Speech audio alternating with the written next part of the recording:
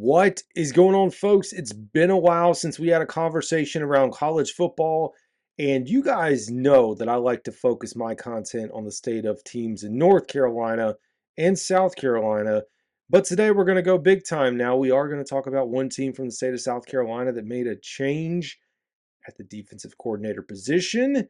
However, we're going to have a larger conversation on the state of college football. Lots of storylines to talk about. And why don't we go ahead and jump right into the first story that is really leading not only college football talk, but the NFL. And that has to do with none other than the potential to have Deion Sanders coach the Dallas Cowboys. Folks, it feels like the writing was on the wall for this moment. Perfect timing. You fire Mike McCarthy. Don't really fire him because his contract was up, but you choose not to bring Mike McCarthy back. You couldn't get things sorted. You have Dak Prescott now. Do you think that Deion Sanders can be a good coach in the NFL? Just a mediocre coach. I think that's a question. But do you think he can do it well with the Dallas Cowboys? That is a totally different animal. And we all know that Jerry Jones essentially likes yes men. At least that's what we'll say. He runs the show. It's all about him. He has the radio, everything funneling through him as the GM of the team. He's making all the decisions. And so you think about the ego of a Deion Sanders and the ego of a Jerry Jones. And I know they, of course, worked together in years past when Deion was on the Cowboys. But do you think this is going to happen? Do you think we could actually see Deion? I don't. For me, it in a way it does make sense. Like if you're talking about the ascension of Deion Sanders from where he started to where he is at Colorado, with his boy going into the NFL, it's hard, and Shador, hard to imagine that he's going to stay, and Travis Hunter, hard to imagine he's going to stay there at Colorado much longer. I just don't think it's going to happen. Like, whether, I mean, a lot of people may have thought Florida State, talks about Alabama. I don't think he's going to stay at Colorado long. I think he's going to either make the jump to a bigger and better school. Someone's going to take a gamble on him. I don't know who that's going to be. Is it going to be an LSU? I have no idea. But it does feel like at some point he's going to be able to take the next step in college football if he wants to. I know he had a really successful season this past year at the University of Colorado, but we know where the money lies in the SEC and the Big Ten, so you have to imagine that that's at the top of his radar. But the real question is going to continue to be Deion to the Cowboys. Is it real? Is it not real? I feel like it's not real, but is someone that sits here and pulls for what you can't see at the University of North Carolina. I would have never in a million years imagined that Bill Belichick would be the head coach at the University of North Carolina. So to think that this is impossible, no, I think it actually is possible, and there is a chance that Deion could coach. I don't know how fans would feel about that. I don't know how his coaching can translate into the NFL, the staff that he would put together, the pressure that they would have in Dallas, but it absolutely is a possibility. Now, speaking of coaches to the NFL and names that are coming up, it's one that I said a long time ago. Well, I don't want to say a long time ago, but a few weeks ago, when I noticed this team was winning some football games in the postseason, and I looked at the job that he did versus what Brian Kelly did, I said Marcus Freeman's name is going to come up. That guy, when I compare Deion Sanders to Marcus Freeman looks like an NFL head coach. Not just looks, but performs like an NFL coach. And again, I'm not taking anything away from Deion, but I think about what Marcus has done at Notre Dame that Brian Kelly could not do. And he's running this more or less like an NFL program, in my opinion. More pro style. I think in the pressure that's there at the University of Notre Dame, I think he can take this thing to the NFL and be successful. I know right now his name is being floated around with the Chicago Bears. I mean, it makes sense. They're very close in proximity. I would expect his name to pick up. Whether or not he wins the national championship, I think he's going to have, if he wants to stay at Notre Dame, he can stay at Notre Dame as long as he wants. I think the winning will continue. And if you're in this position, like, why not stay where you are, where you can be successful and guess what? Get paid pretty good money. Not to mention, there's not a conference that you're in, so you get to pick and choose. Now you have the ties to the ACC, but you have a little more flexibility. You don't have to worry about a conference championship, and you get into the college football playoff. Guess what? All the money that comes from that goes right back to you and the University of Notre Dame, and not spread around like other schools. So I do think it's a serious consideration for Marcus Freeman. I don't know that Marcus is going to want to make the jump, but for me personally, I would be a fan. I would be a fan of Marcus Freeman in the NFL. I think he's going to work out no matter where he goes. He's only 38 years old. Very successful coach.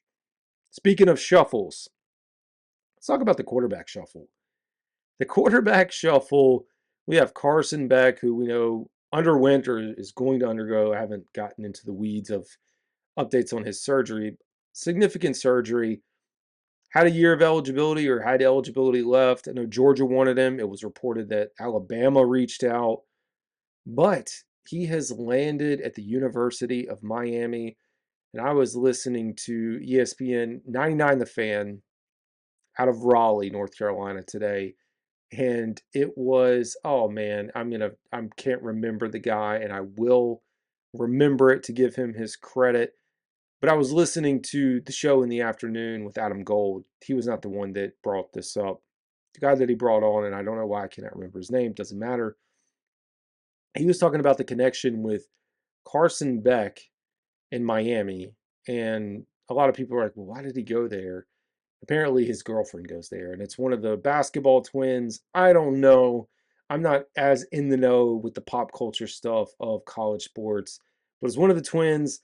So that's likely how he lands there. And so, the question is with the University of Miami, as we talk about ACC and ACC football, they had Cam Ward, had a successful year. They didn't make the playoffs. They fumbled their way at the end. They just slipped and fell and couldn't sneak. I wouldn't even say sneak in, couldn't even make it into the ACC championship. So I look at them next year, and I don't know that they have gotten better with Carson Beck. I don't think Carson Beck is as good. I'd love to be proven wrong, like I always say on this show. But I don't have high expectations for Miami and Carson Beck next year. We'll see. Money's thrown around like it's nothing.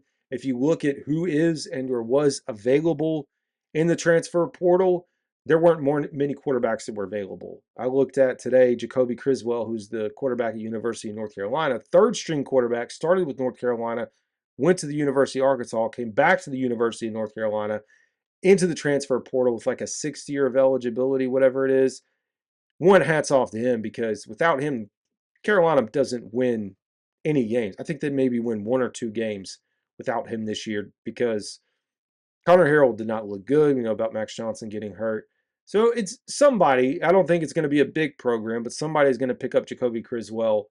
And hey, I hope he has a fantastic year. But you look at the quarterback shuffle, and there's just not a lot of big names that were available. So, you got the quarterback from Tulane going to Duke, getting $8 million. Like, are you serious? I know Duke is wealthy, but I just don't understand how they have the viability to pay someone that. I always ran about NIL in college football. I do. I just don't know. At some point, this bubble is going to burst. Like, the money is going to run out for paying all these kids. And I don't know. We'll see when it gets here. So Carson Beck to Miami. More quarterback news. I mentioned Jacoby Criswell, so we covered him. How about the University of Texas? And guess what, folks? It's Arch Manning time. Quinn Ewers, the Quinn Ewers, who has kind of had his ups and downs, has declared for the NFL draft, for better or for worse. Likely for worse. I don't wish any bad on these guys. They're young kids. I just don't know. For him, rumors were there was a lot of money available. I know teams were talking about him or Arch Manning. It just didn't happen. And I guess at this point, the quarterback class is weak. There are not Shedeur Sanders and Cam Ward, likely your top 2 quarterbacks. And then from there, a bunch of guys. So it makes sense. It's like, hey, I'm going to go out when there's a week. And you think about the Kenny Pickett quarterback class from years ago. I'm going to go out when there's a weak quarterback class, hope somebody's desperate, give myself a chance. So I don't blame him. I just don't know if it's the best thing. I don't know. We'll find out. Curious to see what his grade's going to be. I think he's like a second or third rounder, fourth maybe, but somebody is going to be desperate. Somebody is going to see what he put on film and say, yeah, we can work with that, or we can take it and make something out of him. I don't know who that team is going to be. Last topic on quarterbacks. This one's fun. I do not remember the guy's name, so apparently he's not noteworthy. But I don't know how many people remember the start that UNLV had this year. I think they won 3 or 4 games. They were undefeated very early, and their quarterback made a decision to sit out, to save his eligibility, to get his NIL money so that he could transfer. And so at that point, we saw UNLV still prosper without him. They looked pretty good, very close to making the college football playoff. Like they were one of the teams on the outside of out of the group of 5. We see them go through this, and so you're all thinking like, oh yeah, this guy's going to get the bag. And like I said, there's not a lot of good quarterbacks available in the transfer portal. Well, guess what, folks? He landed at James Madison. And guess what? James Madison destroyed the University of North Carolina this past year, so it's no knock on them. But to think you go from UNLV to James Madison, one across the entire country, you didn't even step up into a Power Four conference and get paid the way you thought you were going to get paid. And I know his dispute was that he did not get what he was promised. I don't know, man. I don't know. You have coaches now taking salary cuts in order to give players more money. And I saw someone on X, Twitter, posting about Dave Doran and asking when he's going to give up his salary. That's where fans don't get this whole idea of name, image, and likeness is geared to generate money off of that, your name, image, and likeness, which means you should be able to walk down into Mom and Joe's Pop and Shop and say, hey, I'm so and so with the University of blah, blah, blah, I play football. Where's my endorsement? Or the school helps you get endorsements to make money off of you yourself. Shouldn't be just shelling out money and having coaches take pay cuts to pay players. It's ridiculous. Again, you're never going to get this stuff balanced out. You're going to have coaches quit, retire until you figure out a way to regulate it. Otherwise, you're just going to go through this cycle of bumping up high school coaches. Speaking of high school coaches, taking a very small minute, again, speaking of not knowing names, the head coach at Topsail, which I live here in Wilmington, so that's right above us, just got a job at the University of Texas Tech. So shout out to him. I think it's a quality control on the defensive side of the ball. Wild times in all of football. Speaking of coaching carousel and changes, we talked about quarterbacks, talked about potential coaches to the NFL. Well, how about, as I said, we bring it local and talk about Clemson University. One, they fired their defensive coordinator. So then, of course, they got to go out and get a DC to replace him. And they do that with Tom Allen, the defensive coordinator, who was just at Penn State. So Penn State again lost its defensive coordinator after the loss in the college football playoff semifinals. He agreed to a deal with Clemson for the same role. Allen has more than 3 decades of coaching experience, most recently helping the Lions to a school record 13 wins. We talked about the playoff appearance. Penn State had one of the nation's most disruptive defenses under Allen, ranking 7th in total defense and yards allowed and 8th in scoring, only giving up 16.5 points. Allen replaces Wes Goodwin, who was fired earlier this month after the Tigers struggled against the run. Clemson ranked 9th in the ACC in total defense and yards allowed, 374. It's wild, man. It's wild to think because I look at the ACC as a small, I'm not ACC, but yeah, the ACC itself. Look at Clemson as a smaller school. I look at Penn State as a better job, but for whatever reason, I don't know if it was money. I know in his introductory presser, he talked a lot about family and the sacrifices that they had to make to give him an ability to coach. Because it takes a lot, man. It really does to bounce around the way these guys do year after year, season after season. So Clemson checking it up.